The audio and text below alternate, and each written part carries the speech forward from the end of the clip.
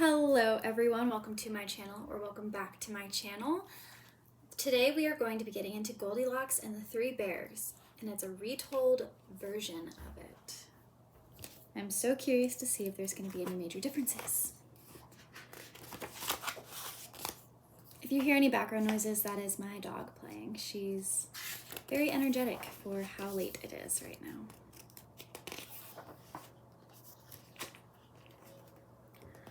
Once upon a time, there were three bears who lived together in a house of their own in the wood. One of them was a little small wee bear, and one was a middle-sized bear, and the other was a great huge bear.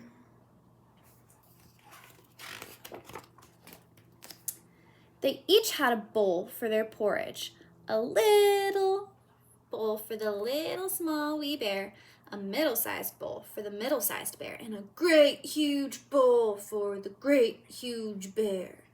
And they each had a chair to sit in, a little chair for the little small wee bear, a middle-sized chair for the middle-sized bear, and a great huge chair for the great huge bear. And they each had a bed to sleep in, a little bed for the little small wee bear, a middle-sized bed for the middle-sized bear, and a great huge bed for the great huge bear. One day, after they had made their porridge for breakfast and poured it into their porridge bowls, they walked into the woods while the porridge was cooling. Now she's drinking water, of course. And while they were walking, a little girl named Goldilocks came to their house. First, she looked in at the window. Then she peeped in at the keyhole, and seeing no one was home, she lifted the latch.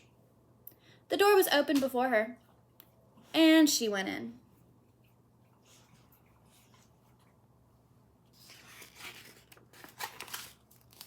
How pleased Goldilocks was when she saw this steaming porridge on the table. The sweet smell of the porridge with roasted nuts, honey, and berries filled the room. It was so tempting that Goldilocks set about helping herself. First, she tasted the porridge of the great huge bear, but it was too hot. Then she tasted the porridge of the middle-sized bear, but it was too cold. And then she tried the porridge of the little small wee bear, and it was neither too hot nor too cold. It was just right. She liked it so much that she ate it all up. Then Goldilocks sat in the chair of the great huge bear, but it was far too hard for her. Then she sat down in the chair of the middle-sized bear, but it was too soft for her.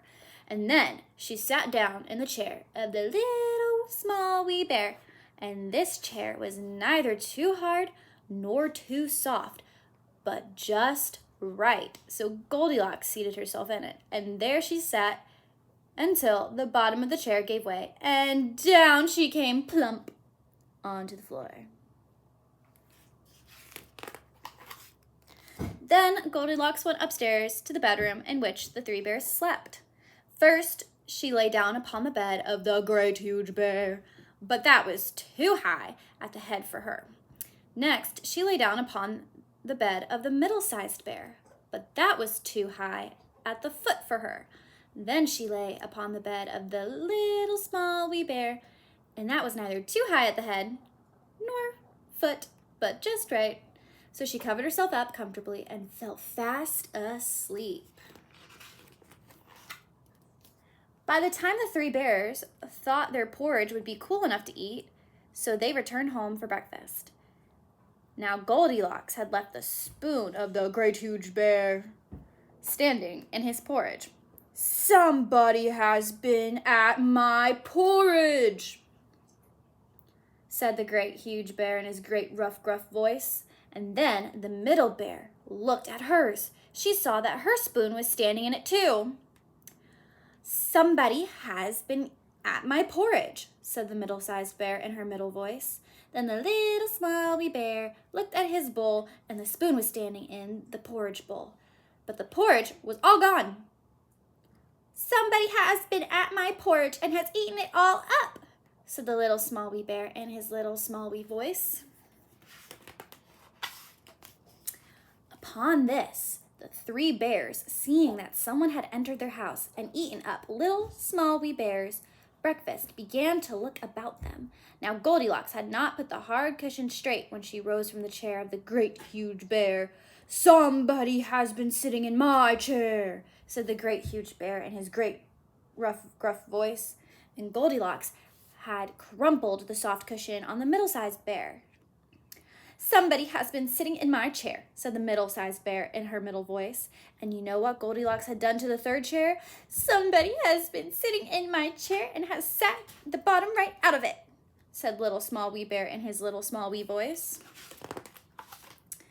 Then the bears thought it necessary that they should make a further search, so they went upstairs to their bedrooms. Now Goldilocks had pulled the pillow off the great huge bear out of its place. "Somebody has been lying in my bed," said the great huge bear in his great rough gruff voice. And Goldilocks had pulled the cover of the middle-sized bear out of its place. "Somebody has been lying in my bed," said the middle bear in her middle voice. And then the little small wee bear came to look at his bed. There was Goldilocks sleeping peacefully, her long shiny braids spread across his pillow. Little small wee bear just stared at her for a moment and didn't say anything. But then he cried, "Somebody has been lying in my bed, and here she is!" Goldilocks had heard in her sleep the great rough gruff voice of the great huge bear and the middle voice of the middle-sized bear, but it was only as if she had heard someone speaking in a dream. But when she heard the little small wee voice of the little small wee bear, it was so sharp and so shrill and so like her own that it awakened her at once. Up she started, and when she saw the 3 bears on one side of the bed, she tumbled herself off the other and ran to the window. Out Goldilocks jumped and ran away as fast as she could run, not looking behind her until she was very far away.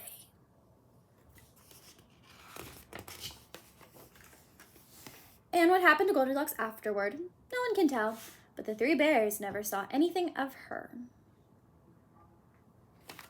All right, that is the end of Goldilocks and the 3 bears. I hope you liked this version as much as I did. I thought it was super fun, and I will see you guys in the next video. Bye!